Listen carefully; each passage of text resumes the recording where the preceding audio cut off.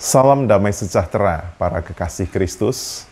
Saya berharap saudara semua dalam keadaan baik dan dilimpahi sukacita.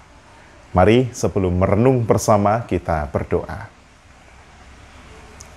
Ya Roh Kudus, kuasailah batin dan pikiran kami, dan kuasailah seluruh kehidupan kami dengan firman-Mu, sehingga Kristus boleh hidup melalui hari-hari kami, dan sesama kami melihat kewibawaan Allah di tengah-tengah kehadiran kami.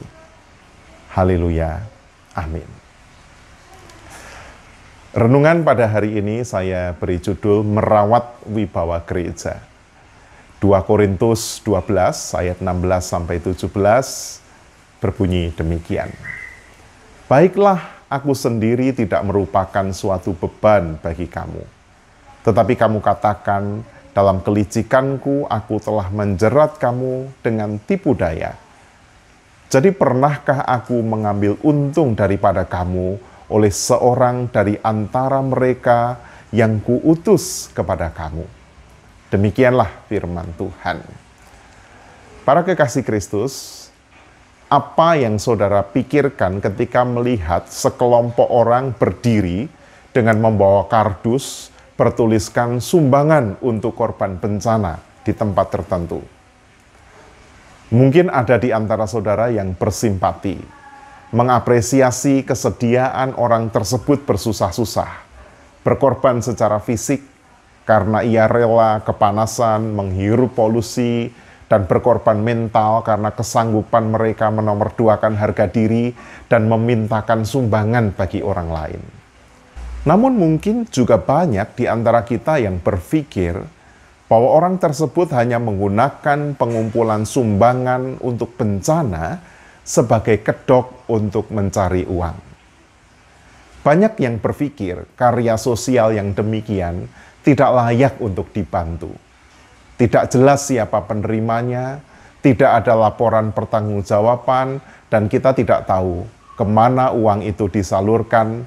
Dan pada akhirnya, kita tergoda untuk membuat kesimpulan cepat bahwa sumbangan itu pasti akan masuk ke kantong pribadi. Jika pertanyaan ini dikembangkan, seandainya diminta, apakah saudara bersedia menggantikan peran mereka? Tentu sebagian dari kita akan berkata, tidak, itu bukan cara saya untuk menolong orang lain. Para kekasih Kristus, Rasul Paulus sebagai hamba Tuhan Yesus Kristus yang menyemai Injil di Korintus pun pernah dinilai seperti para peminta sumbangan di perempatan itu. Ketika itu ia meminta agar jemaat Korintus mengumpulkan uang untuk membantu saudara-saudara seiman yang miskin di Yerusalem. Harapannya pemberian persembahan ini merupakan wujud dari pembaharuan yang telah dilakukan Allah kepada mereka. Tujuan lainnya adalah agar tercipta keseimbangan di antara umat Allah. Namun sayangnya, Paulus disalahpahami. Ia dianggap mengambil keuntungan dari jemaat. Ditambah lagi ada pihak-pihak yang tidak puas dengan posisi teologis Paulus di tengah jemaat Korintus yang sedang berkonflik secara internal. Kesalahpahaman terhadap Paulus bahkan sudah membuahkan pro kontra di tengah gereja perdana itu. Namun Paulus tidak diam. Dia tidak hanya membiarkan orang tenggelam dalam asumsi mereka sendiri.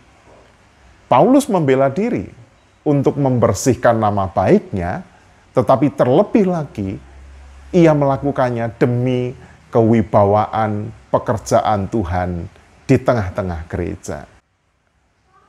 Dengan pembelaan itu, Paulus hendak menyampaikan bahwa jemaat bukan hanya harus didengar, melainkan juga diajar.